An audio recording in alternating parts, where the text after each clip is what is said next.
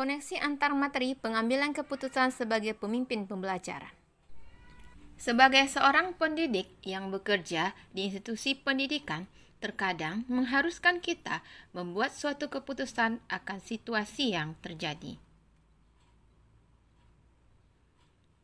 Sebagai seorang pemimpin pembelajaran di sekolah, seorang guru hendaknya mampu mengambil sebuah keputusan yang efektif, karena keputusan yang diambil akan berdampak kepada murid-muridnya. Pengambilan keputusan sebagai pemimpin pembelajaran sesuai dengan filosofi Patrap Triloka menurut Ki Hajar Dewantara, yaitu ing ngarso sung tulodo, ing madyo mangun karso tut wuri handayani.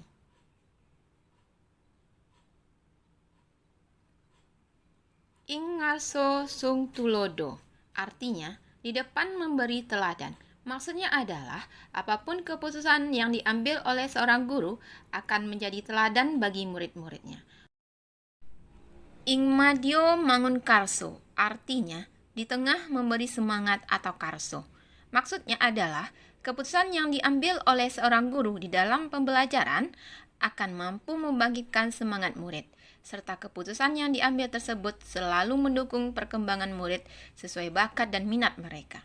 Tut uri handayani artinya adalah di belakang memberi dukungan.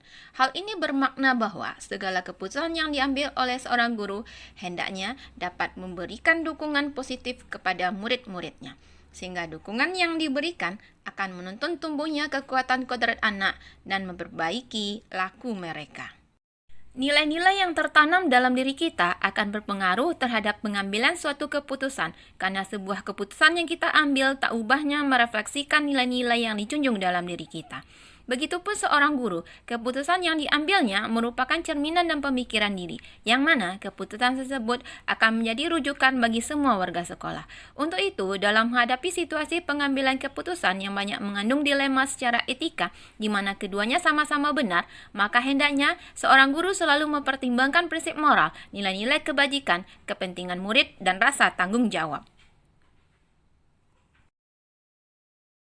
Kegiatan pendampingan atau coaching yang diberikan oleh pendamping atau fasilitator kepada calon guru penggerak sangat membantu seorang guru untuk belajar dan melakukan praktek pengujian keputusan yang akan diambil. Keterampilan coaching ini akan membekali seorang guru menjadi pembelajar, baik ketika menjadi coachee maupun menjadi coach bagi dirinya. Keterampilan coaching ini juga akan mengasah kemampuan guru karena pertanyaan-pertanyaan yang diajukan dalam coaching membuat guru mampu memprediksi hasil dan menemukan alternatif pilihan untuk menemukan solusi dalam mengambil keputusan. Pembahasan studi kasus yang fokus pada masalah moral atau etika akan kembali kepada nilai-nilai yang dianut oleh seorang pendidik.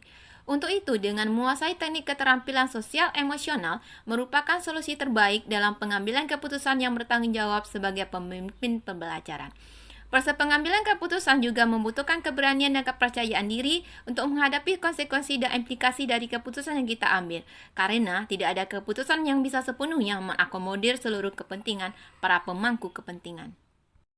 Keputusan yang tepat akan memperhatikan pola atau paradigma, di antaranya paradigma individu lawan masyarakat, rasa keadilan lawan rasa kasihan, kebenaran lawan kesetiaan, maupun jangka pendek lawan jangka panjang.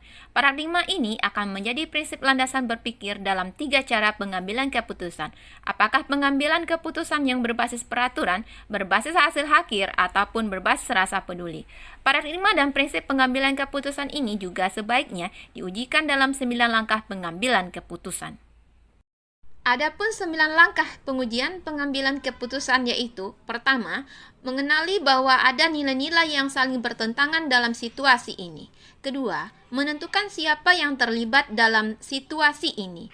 Yang ketiga, kumpulkan fakta-fakta yang relevan dalam situasi ini. 4. Pengujian benar atau salah yang terdiri atas uji legal, uji pelanggaran atau standar profesional, uji intuisi, uji halaman depan koran, dan uji panutan atau idola. Kelima, pengujian paradigma benar lawan benar yang bertujuan untuk mempertajam fokus antara dua nilai yang bertentangan. 6. Melakukan prinsip resolusi, yaitu 3 prinsip penyelesaian mana yang akan dipakai. Apakah berbasis peraturan, berbasis hasil akhir, ataupun berbasis rasa peduli. Ketujuh, investigasi opsi trilema. Maksudnya adalah mencari opsi yang ada di antara dua opsi. Apakah ada cara berkompromi atau sebuah penyelesaian kreatif dan tidak terpikir sebelumnya. 8. Buat keputusan, di mana kita harus membuat keputusan yang membutuhkan keberanian secara moral untuk melakukannya. Ke-9. Lihat lagi keputusan dan refleksikan. Maksudnya adalah ketika keputusan sudah diambil, maka lihat lagi proses pengambilan keputusan tersebut dan ambil pelajaran. Dalam mengambil keputusan sebagai pemimpin pembelajaran, seorang guru haruslah bisa mengatasi kesulitan-kesulitan lingkungan, seperti nilai dan budaya yang berkembang dalam masyarakat, perubahan paradigma berpikir, dan skala prioritas. Sangat penting dipahami bahwa untuk dapat membuat keputusan berbasis etika, diperlukan kesamaan visi, budaya, dan nilai-nilai yang dianggap penting dalam sebuah institusi ataupun masyarakat, sehingga prinsip-prinsip dasar yang menjadi acuan akan menjadi lebih jelas. Terciptanya lingkungan yang positif, kondusif, aman, dan nyaman merupakan parameter yang dapat dijadikan acuan dalam mengambil keputusan yang tepat. Karena keputusan yang diambil oleh seorang guru sebagai pemimpin pembelajaran akan berdampak kepada terciptanya kenyamanan lingkungan bagi seluruh warga sekolah. Dan pada akhirnya, keputusan yang diambil oleh seorang guru sebagai pemimpin pembelajaran akan berpengaruh kepada pembelajaran menuju murid merdeka belajar. Hal ini terjadi karena keputusan yang tepat akan menciptakan lingkungan belajar yang nyaman dan tanpa konflik, serta budaya yang positif, sehingga murid dapat berkembang sesuai bakat dan minat mereka, serta memperhatikan segala perbedaan yang mereka miliki sesuai tuntutan zamannya. Tentu saja, pengambilan keputusan yang tepat oleh seorang guru sebagai pemimpin pembelajaran akan mempengaruhi kehidupan atau masa depan murid-muridnya. Karena dalam pengambilan keputusan yang tepat akan mempertimbangkan prinsip moral dan etika, serta akan menjadi suri tauladan bagi murid-murid di dalam kehidupannya.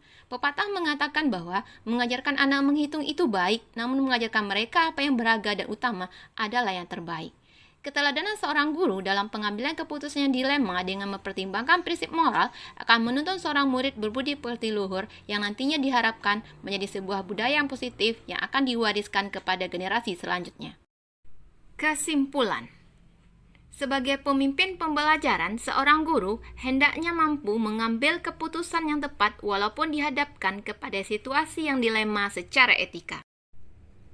Pengambilan keputusan yang tepat hendaknya selalu mempertimbangkan prinsip moral dan nilai-nilai kebajikan yang universal. Pengambilan keputusan yang tepat juga hendaknya memperhatikan paradigma berpikir, prinsip penyelesaian masalah melalui langkah pengujian pengambilan keputusan. Perlu disadari bahwa pengambilan keputusan yang tepat memerlukan keterampilan sosial emosional yang baik, karena dalam membuat sebuah keputusan membutuhkan keberanian dan kepercayaan diri akan segala konsekuensi dan implikasi. Penting juga bagi seorang guru untuk menguasai keterampilan coaching dalam membuat sebuah keputusan, karena dengan coaching akan mengasah kemampuan guru sehingga guru mampu menemukan alternatif pilihan dan solusi. Dan pada akhirnya, pengambilan keputusan yang tepat oleh seorang guru sebagai pemimpin pembelajaran akan berdampak kepada murid-muridnya. Karena keputusan yang tepat selain menciptakan lingkungan belajarnya nyaman dan tanpa konflik juga akan mendukung terwujudnya merdeka belajar. Pengambilan keputusan yang tepat dan penuh pertimbangan moral akan menjadi suri tauladan bagi murid-murid serta berimbas kepada pembentukan karakter luhur sehingga tercipta manusia Indonesia yang berbudaya dan berkembang seutuhnya. Pepatah mengatakan bahwa pendidikan adalah sebuah seni untuk menciptakan manusia menjadi beretika. Demikianlah pemaparan saya. Semoga menginspirasi semuanya. Terima kasih. Salam Guru Penggerak.